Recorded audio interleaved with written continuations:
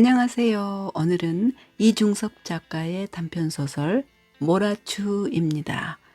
제목이 조금 특이한데요. 바닷가 모래 언덕을 뜻하는 지명이라고 합니다.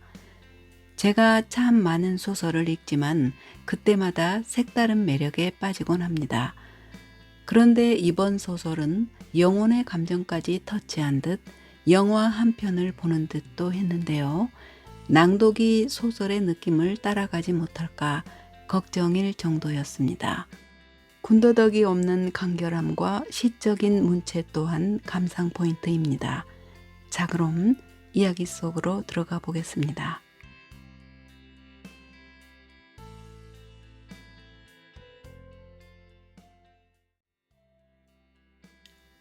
기억은 수채화다. 마음속 백지에 그리는 지난날의 풍경이다. 붓질을 할수록 점점 모습을 드러내며 한 폭의 완성된 형체를 찾아간다. 한번 드러낸 기억의 형상은 그 모습을 형형색색으로 바뀌며 또 다른 이야기의 틀을 만든다. 형배의 전화는 어릴 적 기억의 풍경을 채색하는 첫 붓질의 시작이었다.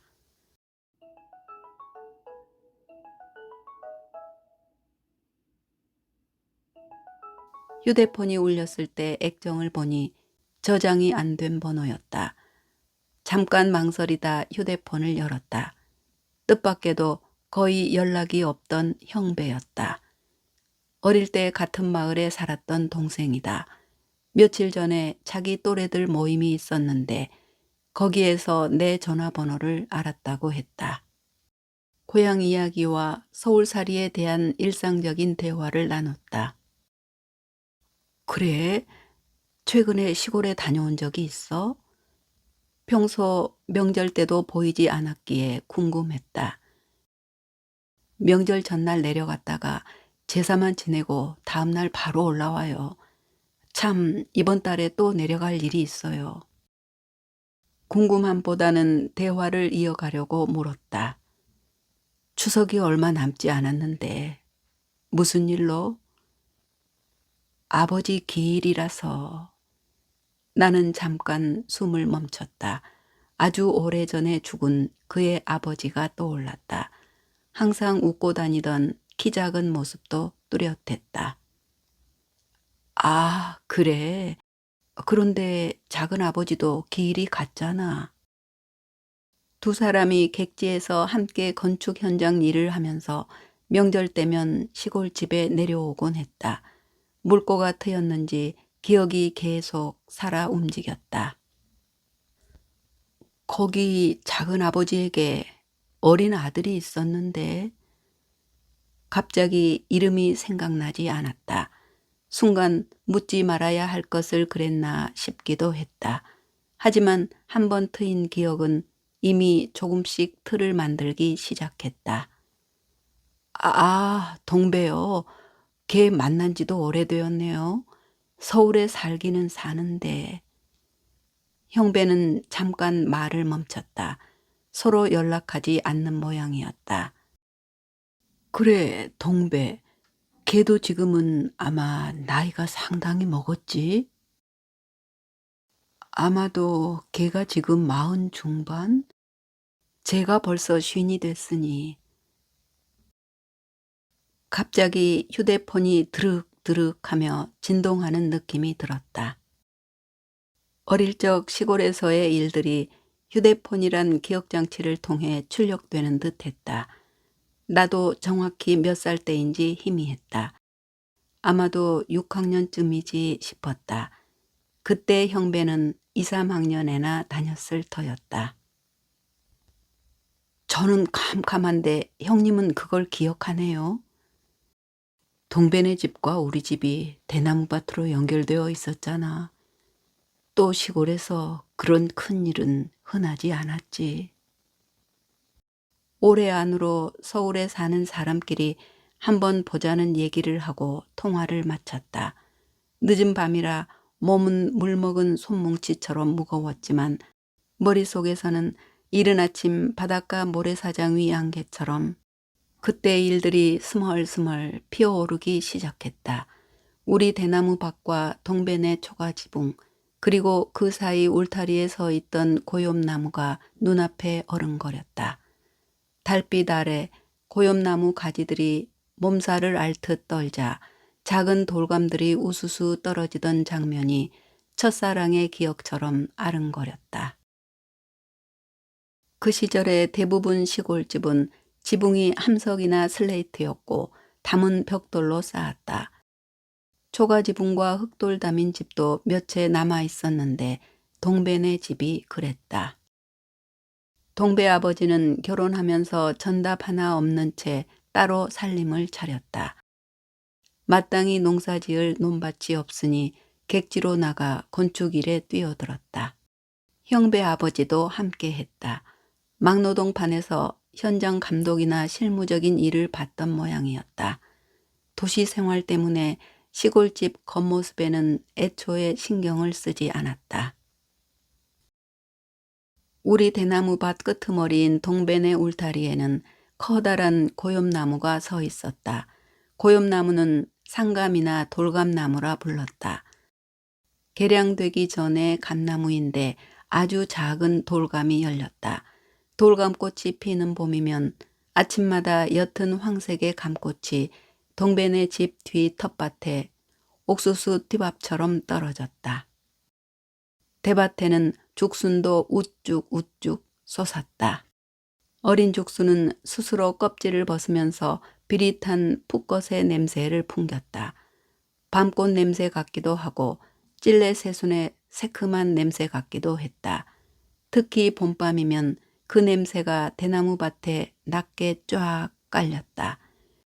그 이상한 냄새와 고엽나무 꽃에서 풍기는 냄새가 어우러지면서 내 몸 어딘가에 숨어있던 비릿한 뭉텅이가 용솟음 치며 꿈틀거렸다.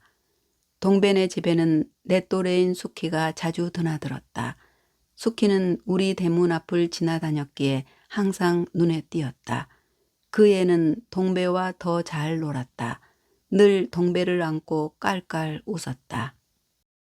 수키의 웃음소리는 그 집 뒷문을 새어나와 울타리를 넘어 대나무 밭으로 퍼지며 우리 집 뒷담을 넘어 내가 누워서 책을 보던 마루까지 들렸다. 나는 책을 보면서도 수키의 웃음 하나하나를 놓치지 않았다. 늘 수키의 조그만 가슴과 엉덩이가 머릿속에서 춤을 췄다. 죽순이 돋고 고엽나무 감꽃이 피었다 지던 봄날이었다.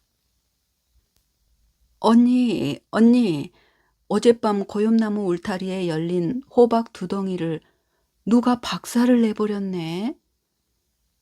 아침 일찍 동배네 엄마가 우리 어머니를 찾아왔다. 뭔 일이단가 시상에 그 푸릇푸릇한 것이 매끈해서 맛있게 생겼던데. 어머니도 맞장구를 치며 안타까워했다. 이럴 줄 알았으면 저번에 동배 아빠 내려왔을 때 갈치에 졸여줄 걸. 어떤 손목대기가 그랬는지 성하지 못할 거여. 호박을 깨버리는 심보는 뭐야? 어머니는 담 너머 골목길로 지나는 마을 사람들이 들으란 듯이 소리를 질렀다. 나는 아무 말 없이 책에 눈을 쳐박고 모르는 척했다. 귓볼이 후끈거렸다. 어젯밤 고엽나무에 올라 수키를 몰래 훔쳐보다가 미끄러졌다. 나뭇가지를 잡으려다 하필 호박이 달린 덩굴을 잡았는데 툭 끊어져 버렸다. 밤에 꿈자리도 요상했는데. 왜? 무슨 좋지 않은 꿈이라도 꾸었기에 그런가? 동배 엄마는 내 눈치를 살폈다. 그녀는 어머니 귓가로 가까이 손을 모으며 낮게 속삭였다. 꿈에 돌감꽃이 하도 곱게 피어서 방 안에 걸어 놓으려고 가지를 꺾으려는데. 목소리는 작지만 내 귀 안까지 울렸다. 왜? 떨어져 다리가 부러져 버렸는가? 어머니는 미리 짐작하는 습관이 있었다. 아녀라, 갑자기 나무 한쪽 줄기가 쫙 찢어지며. 슬쩍 보니 어머니는 손으로 입을 막으며 "어메, 어쩐디야?" 하는 표정을 지었다. 찢어진 나뭇가지에 깔려 허우적대다가 잠에서 깼는데 아침에 호박이 깨진 것을 보니 어째 찝찝하구만요. 언니, 별일 없겠지라? 어머니는 얼른 손사래를 쳤다. 별나도 요상한 꿈이네. 그란디 꿈은 거꾸로니까 그냥 잊어불소. 호박은 또 애린 것들 많이 달려있은께. 네, 언니 고마워요. 아이고, 우리 동배 일어났겠네. 젖 먹여야 하는데. 긴 주름 치마를 훔치며 돌아서는 동배 엄마의 엉덩이가 흩어질 듯 출렁였다. 도를 갓 지난 동배는 늘 자기 엄마 등에 업혀서 다녔다. 지나는 사람들이 쳐다보면 투레질을 했다. 하얀 얼굴에 부끄러워 고개를 돌리는 모습이 귀여웠다. 추석을 며칠 앞둔 날이었다. 빨간 자전거를 탄 우체국 아저씨가 급하게 전보를 가져왔다. 동배와 형배 아버지 사망 소식이었다. 명절을 쇠려고 두 사람이 택시로 고속도로를 타고 내려오다 트럭과 충돌했다는 소식이었다. 동배네 엄마의 통곡 소리가 마을을 흔들었다. 마을 공터에는 상여 두 틀이 나란히 놓였다. 마을 사람들은 두 형제의 어처구니 없는 죽음에 다들 할 말을 잃었다. 장례를 치르는 동안 동배는 숙희가 돌봤다. 어린이 형배와 동생들도 상복을 입은 채 어디에 눈을 두어야 할지 몰랐다. 자기 엄마를 쳐다보다가 흐느끼는 동배 엄마와 자기 엄마를 보다가 마을 사람들의 눈치를 봤다. 형배 엄마와 동배 엄마는 상여 앞에 나란히 엎드린 채 끊임없이 통곡했다. 슬픔이 북받칠 때마다 상여 틀을 잡고 막 흔들었다. 노란 꽃과 분홍 꽃 그리고 하얀 꽃들이 몸서리를 치듯 떨었다. 그때마다 상여꾼들이 두 사람을 뜯어 말렸다. 한나절을 울다 모든 사람이 지쳤다고 느껴지는 순간 동배 엄마가 갑자기 동배를 찾아 자기 집으로 왔다. 숙희가 재빠르게 동배를 자기 엄마 품에 안겼다. 마을 사람들과 상여꾼들이 음식을 먹는 사이 동배 엄마는 동배에게 젖을 물렸다. 엄마와 떨어져 있던 동배는 울먹이면서 제 어미 가슴으로 파고들었다. 한 손으로는 젖가슴을 만지며 입은 허겁지겁 다른 쪽 젖을 빨았다. 울타리 사이로 슬쩍 보이는 젖무덤이 뽀얗게 흔들거렸다. 상여가 놓인 공터를 지켜보던 어머니는 혼잣말처럼 웅얼거렸다. 앞으로 어떻게 살지 걱정이네. 장내의 분위기와 상관없이 꿀꿀대는 돼지밥통에 구정물을 퍼주던 아버지도 막막하게 허공을 쳐다보며 혀를 찼다. 살아있는 사람들이 더 문제야, 문제. 동배와 형배 아버지는 마을 앞 안산에 묻혔다. 고여있던 기억이 점점 수채화처럼 모습을 만들어갔다. 이야기들이 깨진 항아리에서 물이 새듯 줄줄이 흘러나왔다. 큰 장면은 아직 그려지지 않지만 중간중간 모습을 보이는 장면들은 점점 선명해졌다. 오일장이 서는 읍, 자갈이 양쪽으로 밀려 차가 다니는 부분만 뚜렷하게 두 줄로 뻗어있던 신장로, 수명이 얼마나 오래되었는지도 모를 미루나무 잎에 쌓인 먼지, 장 보러 가는 사람이 빽빽이 들어찬 완행버스.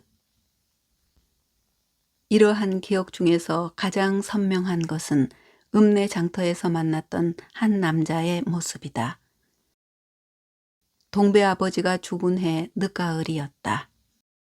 일요일이라 읍내 장날 구경을 할 참이었다. 동배 엄마는 그날따라 화장을 짙게 했다. 갈색 머리에 귀밑머리도 두툼하니 부풀었다. 물론 그날도 동배는 숙희가 돌봤다. 나는 동배 엄마와 옆집 본동 아주머니와 함께 장터로 갔다. 장터에는 사람들로 바글거렸다. 본동 아주머니는 생선을 사러 어물전으로 갔다. 동배 엄마는 나를 혼자 남겨두고 근처 다방으로 들어갔다. 나는 하천을 따라 쭉 내려오며 장터를 구경했다. 다시 돌아왔을 때 동배 엄마가 안경을 쓴 남자와 함께 다방에서 나왔다. 점심때가 다 된 시각이었다. 사내는 내게 라면땅 과자 한 봉지를 사주었다. 학교 앞 상점에서 날마다 나를 유혹하던 과자였다. 동배 엄마는 남자에게 그러지 말라고 만류했다. 나에게 라면땅 과자는 귀한 것이었다. 나는 눈치를 볼 것도 없이 덥석 받았다. 두 사람은 짜장면 집으로 들어가고 나는 다시 혼자 버스 정류장 쪽으로 걸으면서 고소한 과자 맛에 흠뻑 젖었다. 과자 봉지 속 부스러기까지 탈탈 털어먹었다. 버스 정류장에서 기다리고 있으니 한참 후에 동배 엄마와 남자가 서로 떨어진 채 모습을 보였다. 장날 오후 버스 정류장은 짐을 든 사람들로 북적댔다. 버스 맨 뒤 좌석에는 한 장 걸쳐 불화한 아저씨들이 다리를 쩍 벌리고 앉아 있었다. 모라추 아재도 벌건 얼굴에 침을 튀기며 얘기 중이었다.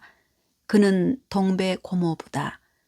동배 엄마와 서로 인사를 했지만 서먹서먹한 눈치였다. 꽤 시간이 지났는데도 버스가 출발할 생각을 하지 않았다. 차츰 여기저기서 불평이 쏟아졌다. 갑자기 모라추 아재가 벌떡 일어나더니 운전사에게 다가갔다. 저 운전수 양반 말씀 좀 여쭤도 될란가 모르겠습니다. 나이가 지긋한 운전사가 무표정한 얼굴로 고개를 돌렸다. 이 차가 오늘 중으로 떠날 수 있을지 여쭤봐도 되겠습니까요? 운전사는 별 시답잖은 놈이 시비를 건다는 듯 느릿느릿 말을 받았다. 갑니다. 가요. 조금만 더 차면 말 안 해도 저절로 굴러갑니다. 여기저기서 이제 사람 태울 공간이 어디 더 있냐고 투덜거렸다. 운전사도 마지못해 움직이기 시작했다. 어이 차장, 꽉 찼는가? 안쪽에 한번 가보더라고. 뒤쪽에 앉은 사람들이 큰 소리로 이죽거렸다. 꽉 차서 발 디딜 것도 없어.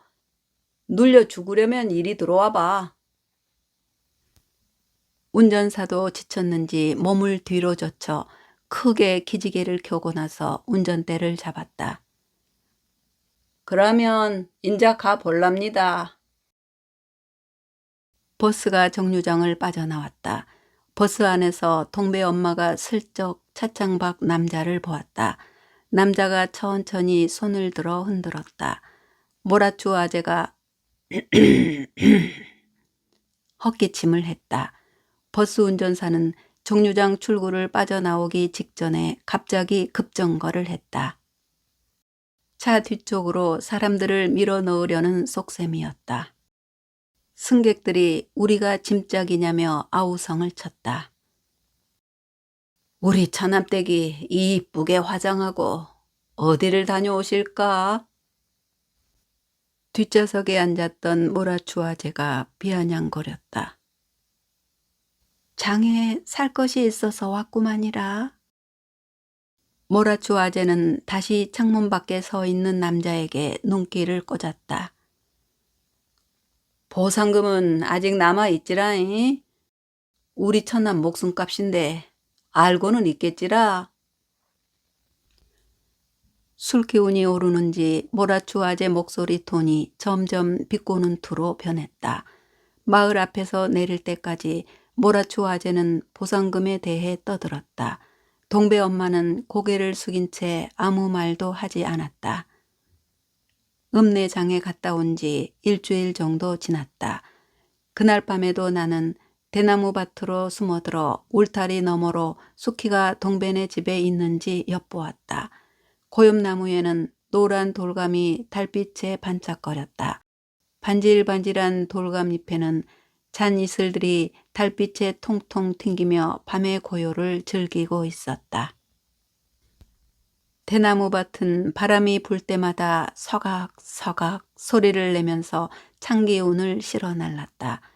대숲 끄트머리에서인지 마을 뒤 언덕배기 너머 산에서인지 뻐꾸기가 울었다. 동배네 방안 형광등이 파르르 떨렸다. 조용히 방문이 열리더니 동배 엄마가 밖으로 나왔다. 그림자를 끌고 골목길을 지나 마을 뒷길로 들어섰다. 길모퉁이에는 늙은 사시나무가 짙은 그림자를 들이우고 서 있었다. 바람이 이는지 길가 쪽으로 뻗은 장가지가 문실문실 흔들렸다. 동배 엄마는 언덕배기 밭길을 따라 조용히 걸음을 옮겼다. 발소리가 낮게 깔리면서 길가 풀 속 벌레들이 소리를 낮췄다. 불쑥 어둠 속에서 희끗희끗한 사내의 모습이 보였다. 둘이 바짝 팔짱을 낀 채 마을 뒤쪽 산속으로 사라졌다. 나는 몸이 떨려 더는 따라갈 수 없었다. 다시 대나무 밭으로 돌아와 고엽나무 아래 섰다. 나뭇가지 사이로 달빛에 잠깐 번뜩였던 사내의 안경과 동배 엄마의 실룩거리던 엉덩이가 떠올랐다. 다시 가슴이 뛰며 왠지 몸이 오싹했다. 차츰 머리가 뜨거워지고 숨이 막혔다. 수키의 부푼 가슴과 조그만 엉덩이가 눈앞에 어른거렸다. 동배 엄마의 엉덩이가 눈앞에 출렁이며 내 얼굴로 무너지듯 다가왔다. 어느새 손은 내 사타구니를 만지고 있었다. 차츰 몸이 뻣뻣하게 굳어졌다. 대나무 밭에서 터져나오는 풋꽃들의 냄새가 코끝에서 춤을 췄다. 한 손으로 잡고 있던 고엽나무 가지가 사정없이 흔들렸다. 풋사내의 비린 덩어리가 후두둑 대나무 밭으로 쏟아졌다. 다음 날 아침에 동배네 엄마가 어머니를 찾아왔다. 대나무밭 고엽나무 돌감이 바닥에 수북하게 떨어졌다며 짜증을 내며 돌아섰다. 아침 식사를 하던 아버지가 시래기국을 뜨며 입맛을 쩍쩍 다셨다. 어젯밤에도 마을 뒤 언덕배기까지 여우가 내려왔는지 우는 소리가 들리대. 어머니는 조용히 밥을 넘기며 중얼거렸다. 잠결에 잘못 듣고 그러는 것 아니라? 아니야. 요 며칠 긴가민가 했는데 어제는 확실했어. 가늘고 길게 우는 소리가 끊일 듯 간간히 계속 들렸단 말이지. 어쩌구나. 여우가 나타나면 혼자 사는 여자들한테 안 좋다고 하던디. 일찍 산 옆 밭에 나갔는데 무덤가의 풀들이 엉망으로 자빠져 있더란 말이지. 어머니는 갑자기 나를 보며 말했다. 밤에 싸돌아댕기지 말아라. 여시가 애들을 보면 혼을 빼먹는다고 하더라. 뜨끔했다. 반쯤 남았던 밥을 얼른 국에 말아 우걱우걱 목구멍에 집어넣었다. 그해 겨울인지 다음 해 봄인지 동배네는 우리 마을을 떠났다. 읍내장에 갔던 아버지가 모라추 아재를 만나 동배네 소식을 가져왔다. 동배네 엄마가 모라추 아재에게 동배와 보상금을 전부 맡기고 떠났다. 동배네 엄마가 읍내로 시집을 갔다는 소문이 마을 대나무 밭을 어지럽게 날아다녔다. 어릴 적 기억은 시간이 지날수록 점점 수채화처럼 형체가 뚜렷해진다. 정확한 순서나 세세한 사건들은 희미하지만 전체적인 전경은 점점 튼튼한 틀을 형성한다. 가끔 어느 순간의 작은 기억들이 우왕좌왕 머릿속을 헤매다가 우연히 제자리를 잡기도 한다. 동배네가 우리 마을을 떠난 후에는 그들에 관한 얘기는 한동안 들을 수 없었다. 얼마나 시간이 흘렀을까. 어느 날의 기억이 뭉텅이로 한 그림을 가져왔다. 아버지가 황급히 집 대문을 열어젖혔다. 어이 마리씨, 어이 마리씨. 동배네가 처녀 시집을 갔다네. 마을 어른들은 아이들의 어머니를 꼭 이렇게 불렀다. 예 말이요. 조용히 좀 하시오. 동네 사람들 다 듣겠네. 뭐가 좋다고 방송을 하고 야단법석이요? 어이 마리씨, 장터에서 읍내 사는 그 남자 동네 사람을 만났는데 그렇게 말하더라고. 말이 그라제 실제로 그럴 럽디요. 그 읍내 남편 된 사람은 동배네가 왜 딸렸다는 것까지 알고 결혼했다고 하던데. 그런다고 젖먹이를 떼어놓고 자기 혼자 살겠다고 가버려? 숭악한 여자여. 그러면 시상에 여자 혼자 어떻게 산다요? 나라도 도망가 버리겠소. 난 속이 다 시원하네. 허, 저런 여편 내가 간이 배 밖으로 볼가졌구만. 떠날 때 지기 큰 집 형님한테도 따로 이야기하고 허락을 받았다는 얘기도 있습디다. 걔도 같은 처지라 그러라 하지 않았겠소? 어머니는 이미 알고 있다는 듯이 말했다. 허, 참. 땅제반 무덤에서 여우 우는 소리가 들린 지가 언제인지도 가물가물하네. 사람들은 다시 때를 만난 듯 장날마다 동배네 이야기를 물어다 마을 곳곳에다 뿌렸다. 모라추 아재가 동배한테 드는 돈이 아까워 그를 중학교까지만 보내고 끝내겠다는 말을 전하자 마을 사람들이 보상금을 챙겼으면서 그럴 수 있냐며 언성을 높였다.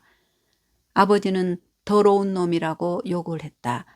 마을 아주머니들이 잘 차려입은 동배 엄마를 장터에서 자주 마주친다고 귓속말로 소곤거렸다. 그날 밤 다음 장날에는 꼭 읍내에 가봐야지. 마음을 굳게 먹으면서 잠속으로 빠져들었다. 모라추는 우리 마을에서 한 10리쯤 떨어진 어촌이다. 마을 앞 바닷가에 모래 언덕이 길게 펼쳐져 그렇게 불렀다. 겨울이면 바닷바람이 매서웠다. 모라추 사람들은 교통편이 좋지 않아 읍내에 가려면 우리 마을 앞까지 걸어 나왔다. 마침 장날이 일요일이었다. 잘 되었다 싶었다. 아버지와 읍내장에 가려 마을 앞으로 나갔더니 모라추 아재와 동배가 함께 있었다. 몸이 삐쩍 말랐고 얼굴이 훌쩍해 그 또래에 비해 작아 보였다. 쫄쫄이 바지도 몸에 맞지 않아 헐렁해 허리춤을 자주 축혀 올렸다. 옷들은 더덕더덕 꿰매졌고 검정 고무신은 뒷부분이 동전만큼 찢겨 있었다. 빡빡머리에는 도래버짐이 여기저기 털을 잡았다. 쌀쌀한 날씨 탓인지 콧물을 연신 훌쩍이며 소매에 문질러 댔다. 젖먹으며 투레질하던 뽀송한 얼굴은 어디에서도 찾아볼 수 없었다. 모라추 아재는 하도 장터에 가보고 싶다고 떼를 써서 데리고 나왔다며 못마땅한 표정이었다. 읍내 장터는 언제나 시끄러웠다.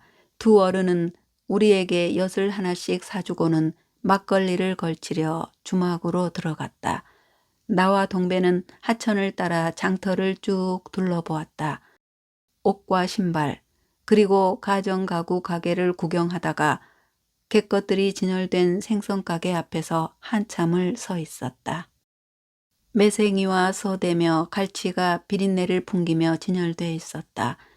한참 지났는데도 어른들은 오지 않았다. 장터 입구인 극장 앞 다리까지 왔을 때도 어른들이 나타나지 않았다. 해는 하늘 한가운데 떠 있었다. 액세서리 가게 앞에서 갈색머리 여자가 물건을 고르고 있었다. 어딘지 낯익은 모습이었다. 얼굴에는 진한 화장을 하고 목걸이와 귀걸이가 치렁거렸다. 뒤따라오던 동배의 눈길도 벌써 그 여자에게 머물렀다. 동네 아저씨들 몇 명이 우리와 갈색머리 여자를 힐끔거리며 황황히 걸음을 서둘렀다. 햇빛이 구름에 가렸는지 갑자기 장바닥에 그림자가 길게 드리웠다. 갯것들의 비릿한 냄새가 스멀스멀 장바닥에 퍼졌다. 생선 위에 파리가 나는지 왱왱거리는 소리가 앰프에서 나는 것처럼 크게 들렸다. 갈색머리 여자는 막 물건을 고른 뒤에 장바구니를 들고 일어나 우리가 서 있는 쪽으로 돌아섰다. 언제 왔는지 아버지와 모라추 아재가 어느새 우리 뒤에 서 있었다. 갈색머리 여자와 동배의 눈이 마주쳤다.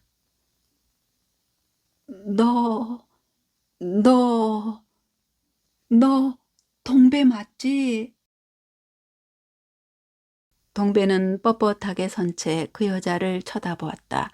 갈색머리 여자가 동배를 가리키며 어쩔 줄 몰라 몸을 흔들더니 오른손으로 자기 입을 막았다. 지나는 사람들이 무슨 일인가 싶어 걸음을 멈췄다. 물건을 고르던 사람들도 다들 돌아보았다. 갈색머리 여자가 동배를 붙잡고 소리를 지르며 울기 시작했다. 동배야. 그늘이 드리워진 장바닥에 갈색머리 여자의 목소리가 동굴 속처럼 윙윙거렸다. 걸음을 재촉하던 사람들도 발길을 멈추고 그 광경을 돌아보았다. 사람들이 부둥켜안은 두 사람 가까이 모여들었다. 갈색머리 여자는 동배의 어깨를 끌어안고 흐느꼈다. 동배가 먼지와 땀으로 범벅이 된 얼굴로 주위 사람들을 두리번거렸다. 뭔가 낯선지 고개를 떨어뜨렸다. 아버지와 모라추 아재가 헛기침하며 하천 쪽으로 고개를 돌려버렸다. 지나던 사람들이 점점 두 사람을 에워싸며 고개를 들이밀었다. 언제 왔는지 보퉁이를 든 본동댁이 발을 구르며 안타까운 듯 혀를 찼다. 세상에 어쩔 거나 웜에 짠한 거 살면서 뭔 이런 일이 다 있단가. 뒷사람들이 웜에 하며 짧은 탄성을 질렀다. 주위를 둘러싼 사람들 얼굴이 점점 가까워지며 빼곡하게 들어찼다. 장바닥에 소문이 다 퍼졌는지 어느 순간 사람들이 더 이상 움직이지 않았다. 젖먹이 때 헤어졌는갑소. 애가 멀뚱하게 서 있는 것이. 영문을 모르는 사람들은 무슨 일이 일어났는지 옆 사람에게 물었다. 그랬으면 애가 너댓 살 됐냥 싶으니 3, 4년 전에 헤어졌단 말인데. 애가 빼싹 마른 것이 보기에도 불쌍해 죽겠네. 시상해. 더 이상 놔두면 안 되겠다 싶었는지 본동댁 아주머니가 두 사람에게 다가갔다. 아가, 이 사람이 그랑께 저 그 멀리에서 사는 니기 이모란다. 니가 어려서 한 번도 못 보았을 거다. 니를 보니 죽은 니 엄마 생각이 나서 운단다잉. 갈색머리 여자는 고개를 숙인 채 어깨만 들썩거렸다. 하얀 목덜미에 갈라진 머리 사이로 퍼런 심줄이 퍼렇게 돋아나 보였다. 본동댁 아주머니가 모라추 아재를 향해 파락 소리를 질렀다. 아재, 뭐하고 있어? 빨리 애기 데리고 가시오. 아버지와 모라추 아재는 우리를 끌다시피 버스 터미널로 발길을 재촉했다. 장터 입구에는 여전히 사람들의 목소리로 시끄러웠다. 동배는 자꾸 뒤를 돌아보았다. 나도 뒤를 돌아보았다. 멀리 갈색머리 여자가 아직도 앉아 울고 있었다. 지나온 인도 위에 일부러 벗었는지 동배에 까만 고무신 한 짝이 떨어져 있었다. 나는 달려가 검정 고무신 한 짝을 주워들고 다시 장터 입구를 쳐다보았다. 어깨를 들썩이는 갈색머리 여자의 뒷모습 위로 눈이 오려는지 칙칙한 하늘이 펼쳐 있었다. 한바탕 눈이 쏟아질 듯 짙은 구름이 몰려왔다. 집에 오자마자 아버지는 부엌을 향해 큰 소리로 어머니를 불렀다. 얼마리씨, 얼마리씨, 오늘 장에서 난리가 나불었네. 저녁밥을 짓던 어머니가 무슨 일인가 싶어 밥주걱을 든 채 밖으로 고개를 내밀었다. 또 뭔 일인데 그렇게 악다구를 써대요? 얼마씨, 장바닥 한가운데서 동배와 지그 엄마가 딱하니 마주쳐 버렸네. 어머니가 들고 있던 주걱을 떨어뜨렸다. 우리가 어떻게 손 써볼 틈도 없었다네. 아이고 시상해. 인자 그 동생 어찌했을까? 이제 마음 좀 놓았다 싶었는데 시상해. 마을 사람들이 밤 내내 마을을 둘러싼 대나무 밭이 들썩거릴 정도로 수군거렸다. 시골 일들이 매번 그렇듯이 마을 사람들의 수군거림은 언제 그랬냐는 듯 곧 잠잠해졌다. 겨우살이 준비로 바빠졌다. 다음부터 마을 사람들은 장에 갔다 올 때마다 동배 소식을 가져왔다. 그날 이후로 동배가 장날마다 장터 입구 다리에 서 있다. 모라추 아재의 말로는 장날만 되면 새벽같이 일어나 읍으로 갈 준비를 한다. 엄마는 어릴 때 이미 죽었다고 얘기했는데도 이제는 들은 척도 않는다. 장터 사람들이 짠하다며 먹을 것을 주어도 입에 대지도 않는다. 하루 내내 서 있다가 집으로 돌아간다더라는 얘기를 끊임없이 퍼다 날랐다. 그런 이야기는 자연히 동배 엄마의 귀에도 들어가기 마련이었다. 이미 그녀의 시집 식구들도 모두 사정을 알게 되었다. 시어머니는 머리를 싸매고 누웠지만 남편은 괜찮다 하며 동배 엄마를 감싼다는 말이 떠돌았다. 급기야 동배 엄마가 몰래 짐을 싸서 시댁을 나와서 동배를 데리고 서울로 떠났다는 얘기가 나돌았다. 연이어 그 남편도 동배 엄마를 찾아 서울로 떠났다는 소문으로 이어졌다. 모라추에서 각다기 바람이 사정없이 불어오는 동지 섣달쯤이었다. 형배를 만난 것은 그해 연말 고향 송년 모임에서였다. 처음 참석한 나는 생각보다 많은 사람이 와 있어 놀랐다. 한쪽 구석에 앉아있던 형배가 먼저 손짓을 했다. 형배의 얼굴을 마주 본 지도 꽤 오래되었다. 바로 옆에는 한 중년 남자가 어색하게 앉아 있었다. 처음 본 얼굴이지만 낯설게 느껴지진 않았다. 형, 전에 얘기한 동배네요. 짐작이 맞았다. 그가 일어나 인사를 했다. 하지만 낯설어 하는 표정이었다. 나마저 뻘쭘했다. 그는 형배 권유로 고향 모임에 나왔지만 어색한지 자꾸 주위를 두리번거렸다. 내 기억 속의 수채화가 조금 흐려졌다. 형배가 분위기를 바꾸려 막걸리 잔을 돌렸다. 막걸리로 목을 적시자 마음이 조금 편해졌다. 모임은 마치 어릴 때 시골에서 치른 환갑잔치 같은 분위기였다.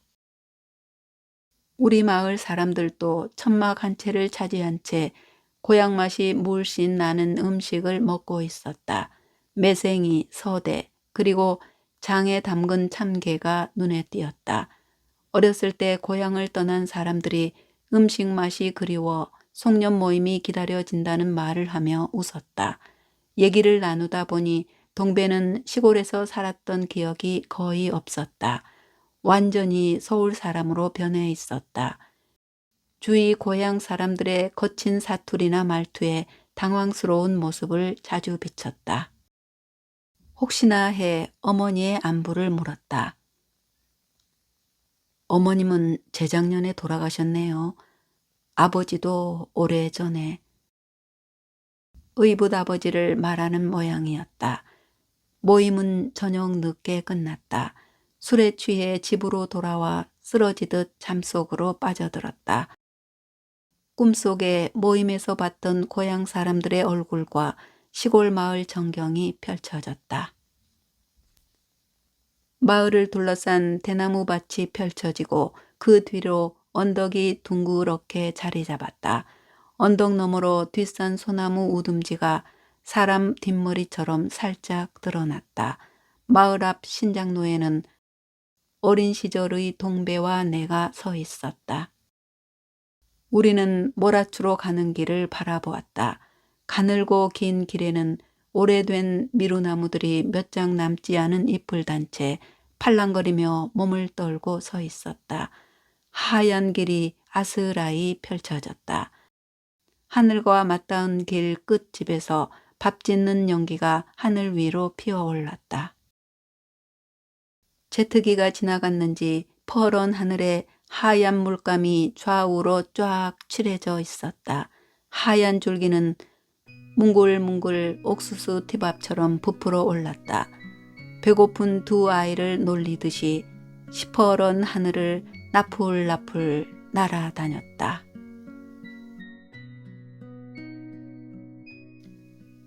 네, 이야기는 여기까지인데요. 애틋한 심정으로 숨죽이며 읽었던 모라추였습니다.